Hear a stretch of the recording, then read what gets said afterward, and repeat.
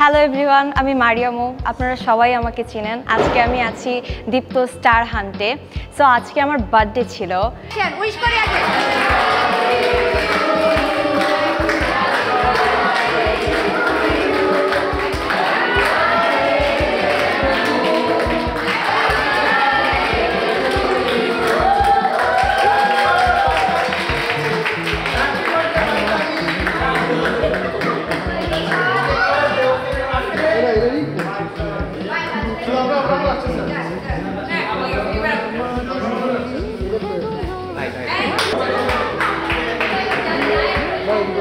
এই বার্থডে উপলক্ষে আমাকে দীপ্ত পরিবার এত সুন্দর একটা সারপ্রাইজ দিয়েছে।